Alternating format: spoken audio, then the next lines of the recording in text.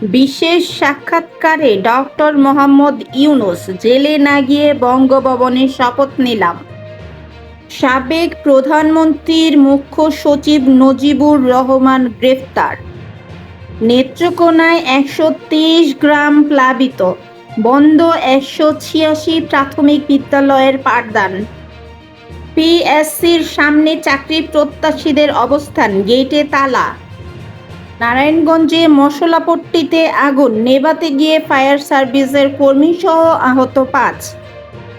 এতক্ষণ শুনছিলেন সংবাদ শিরোনাম, এখন বিস্তারিত। তার আগে অনুরোধ রইল চ্যানেলটি সাবস্ক্রাইব করে পাশে থাকা বেল বাটনটি বাজিয়ে দেওয়ার। জেলে না গিয়ে বঙ্গভবনে শপথ নিলাম বললেন ডক্টর মোহাম্মদ ইউনূস। শান্তিতে নোবেল বিজয়ী অধ্যাপক ডক্টর মোহাম্মদ ইউনূস ছাত্র জনতার অভ্যুত্থানের পর বাংলাদেশের অন্তর্বর্তীকালীন সরকারের প্রধান উপদেষ্টার দায়িত্ব নিয়েছেন। দেশের অভাবনীয় এক পরিবর্তিত রাজনৈতিক পরিস্থিতিতে শিক্ষার্থীদের বিশেষ অনুরোধে তিনি এই দায়িত্ব নেন। নতুন বাংলাদেশ নিয়ে মানুষের স্বপ্ন, গুরুত্বপূর্ণ নানা খাতে সংস্কারের মাধ্যমে সেই স্বপ্নের বাস্তবায়ন, গণতন্ত্রে উত্তরণ এবং চলমান পরিস্থিতি নিয়ে প্রথম আলোর সঙ্গে কথা বলেছেন এই অর্থনীতিবিদ।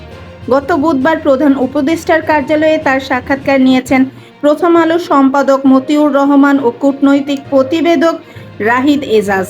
প্রথম আলো ডাক্তার ইউনূসকে বলেছেন, আপনাকে শুভেচ্ছা। ২ মাস হয়নি আপনি বাংলাদেশে অন্তর্বর্তী সরকারের প্রধান উপদেষ্টার দায়িত্ব নিয়েছেন। একদম নতুন সময়, একদম নতুন দায়িত্ব, যেটা হয়তো আগে কখনো ভাবেননি। এই দায়িত্ব আপনার কেমন লাগছে? আপনি কেমন আছেন? ডক্টর মোহাম্মদ ইউনূস বলল, ভালো আছি। একটা নতুন দায়িত্ব, বড় দায়িত্ব সামাল দেওয়ার চেষ্টা করছি। হঠাৎ করে যে একটা দায়িত্ব এলো, সেটা বহন করার মতো যোগ্যতা অর্জন করার, সেটাকে কাজে পরিণত করতে চেষ্টায় আছি। প্রথম আলো বলেছে, আমরা জানি যে ২ দশক ধরে আপনাকে অনেক গালাগালি শুনতে হয়েছে, আদালতের বারান্দায় ঘুরতে হয়েছে, পদ্মার পানিতে আপনাকে চুবানোর কথাও হয়েছে। আপনার তো জেলে যাওয়ার কথা, হয়তো এই সময় আপনার জেলে থাকার কথা ছিল। হঠাৎ করে সবকিছু বদলে গেল। আপনি এখন রাষ্ট্র পরিচালনায় নেতৃত্ব দিচ্ছেন। একটা অবাক করা, অদ্ভুত ও বিস্ময়কর পরিবর্তন। এমন কিছু যে হতে পারে আপনি কি কখনো ভেবেছিলেন?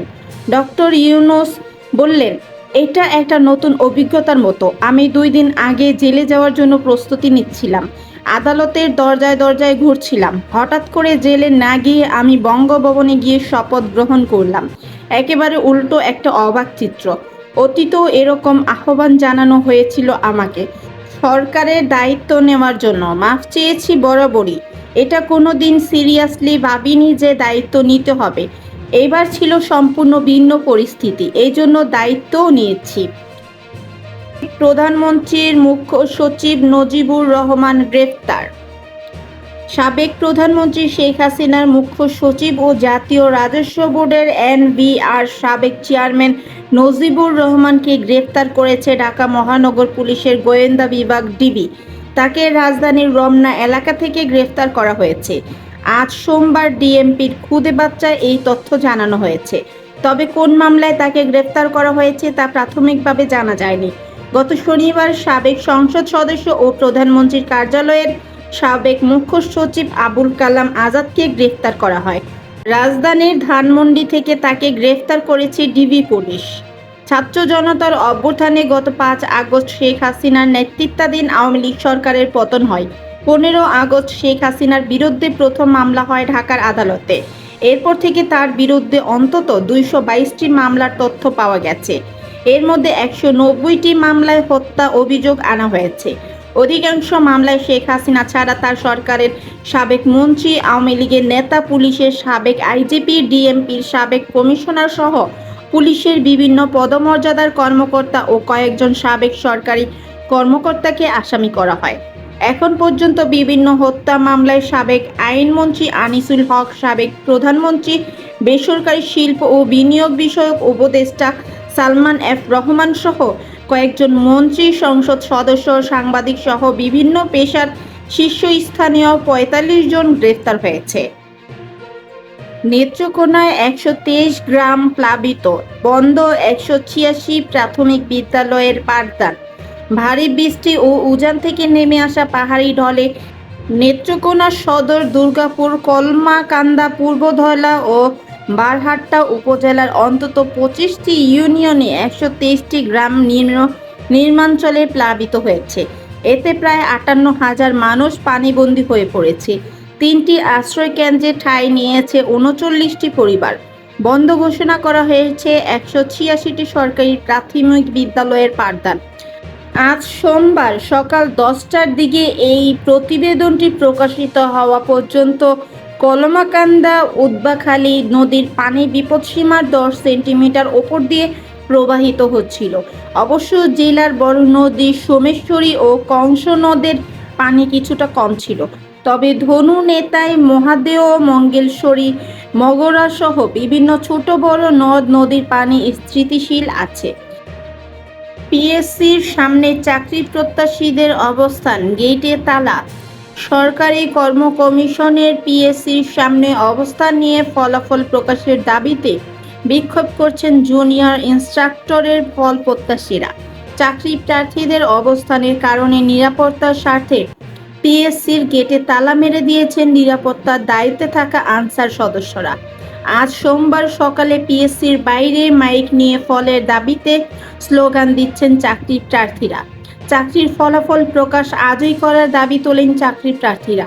তারা বলেন, ফলাফল নিয়ে পিএসসির তালবাহানা শুরু হয়েছে, আজই ফলাফল চান তারা।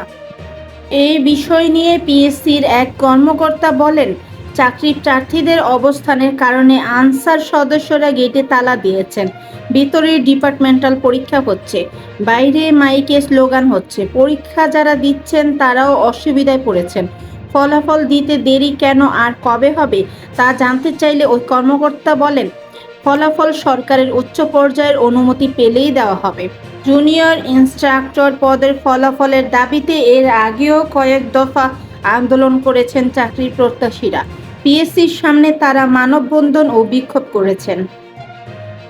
নারায়ণগঞ্জে মশলাপট্টিতে আগুন, ছাই 30 দোকান। নারায়ণগঞ্জ শহরের কালীবাজারে পাইকারি মশলাপট্টিতে ভয়াবহ অগ্নিকাণ্ড ঘটেছে। আগুনে ওই মার্কেটের পাইকারি মশলা, মুদি দোকান সহ 30টি দোকান পুড়ে গেছে। গতকাল রবিবার 6 অক্টোবর রাত 11টার দিকে এই অগ্নিকাণ্ড ঘটে। আগুনের খবর পেয়ে ফায়ার সার্ভিসের শহরের মণ্ডলপাড়া ও হাজীগঞ্জ ফায়ার সার্ভিসের 5টি ইউনিট 2 ঘন্টা চেষ্টা চালিয়ে আগুন নিয়ন্ত্রণে আনে। তবে আগুন নেভাতে গিয়ে ফায়ার সার্ভিসের কর্মীসহ 5 জন আহত হয়েছে। প্রত্যক্ষদর্শীরা জানায়, রবিবার রাত 11টার দিকে শহরের কালীবাজার এলাকায় পাইকারি মশলাপট্টিতে আগুন লাগে। মুহূর্তের মধ্যে আগুনের লেলিহান শিখা চারদিকে ছড়িয়ে পড়ে। পরে ফায়ার সার্ভিসের 5টি স্টেশন 2 ঘন্টা চেষ্টা চালিয়ে আগুন নিয়ন্ত্রণে আনে। আগুনে পুড়ে গেছে ওই মার্কেটের পাইকারি মশলার দোকান, মুদি দোকান, প্লাস্টিকের দোকান সহ বিভিন্ন 30টি দোকান।